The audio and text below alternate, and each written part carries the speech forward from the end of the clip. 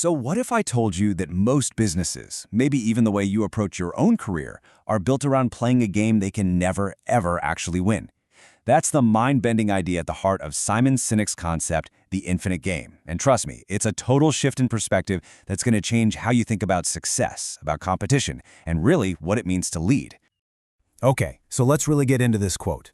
Sinek basically frames everything as this one big choice we all have to make, whether you're a CEO or you're just starting out. One path is all about those short-term, thrilling wins, the victory. The other? It's a longer, deeper, more meaningful journey. It's this fundamental choice between a quick win and lasting fulfillment. And look, this isn't just some philosophical thing to ponder.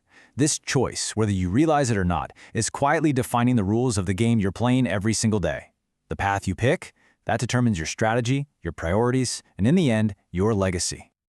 So where does this all come from? Well, Sinek was inspired by the work of Professor James P. Cars, who said that there are two and only two types of games in the world. And honestly, understanding the difference between them is the key to unlocking this whole idea. Think about it like this. A finite game is like football. You know the players, the rules are fixed, and at the end of the game there's a winner and a loser. It's over. But an infinite game? That's more like a marriage. The goal isn't to win the marriage, right? The goal is to keep the relationship going, to keep playing. This difference is absolutely everything.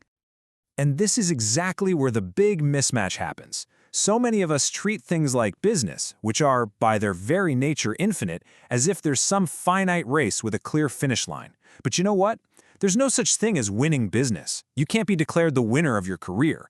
The real goal is just to stay in the game, to adapt, and to get stronger over time. So what's the big deal? What actually happens when you bring that finite, win-at-all-costs mindset into an infinite game?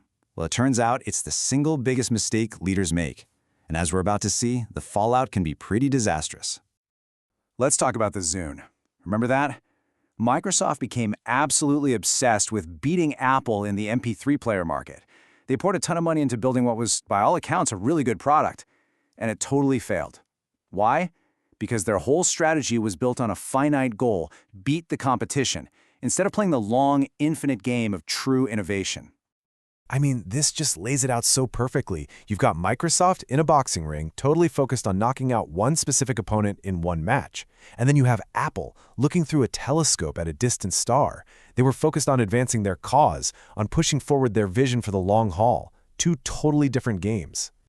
And look, this isn't just about one failed product. This statistic, honestly, it's staggering. It shows the real-world consequence of this short-term thinking. Companies that are built to win the quarter or beat a rival, well, they're just not built to last. They burn themselves out chasing those short-term gains, and they end up sacrificing their own future. Okay, so if playing to win is a trap, what's the alternative? How do you actually build an organization that can last? The answer is all about shifting your focus from winning to playing for something that Sinek calls a just cause. At the very heart of an infinitely minded leader is this just cause. It's not a goal you can just check off a list. It's more like a compass, something that always points you in the right direction. It's the ultimate why behind what you do, and it gives work a sense of meaning that goes way beyond just profit. You can feel the difference, can't you? A real just cause, like what Sweetgreen is doing, is about serving others and making a contribution. It pulls people in. It makes them feel like they're a part of something bigger. A false cause, like just wanting to be number one, is all inward-looking. Yeah, I might motivate people for a little while, but it's never going to inspire that deep, enduring loyalty you need to stay in the game. Okay, now this is where things get really interesting for me. When you adopt this infinite mindset, it completely changes how you see your competition. They stop being enemies you have to defeat and start being something way more valuable, a key to making yourself better. This story about Ford's turnaround is just a masterclass in this kind of thinking.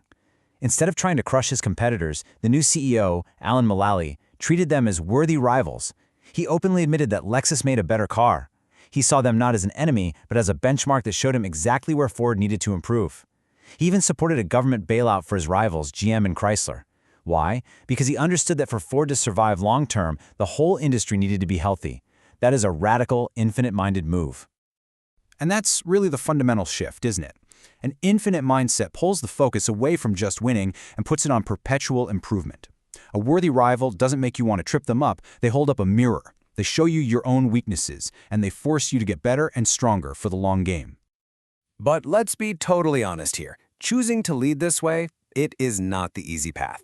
It takes real courage, day in and day out, especially when the whole world is screaming at you for short-term results and those quick, easy wins. The pull of that finite path is so strong. That rush you get from hitting a quarterly number or beating a competitor. Sinek is right. It's seductive. It can even be addictive. But the infinite path, even though it's harder and maybe less glamorous day to day, is what leads to real impact, true innovation, and, genuine fulfillment. So in the end, it all comes down to a choice that only you can make.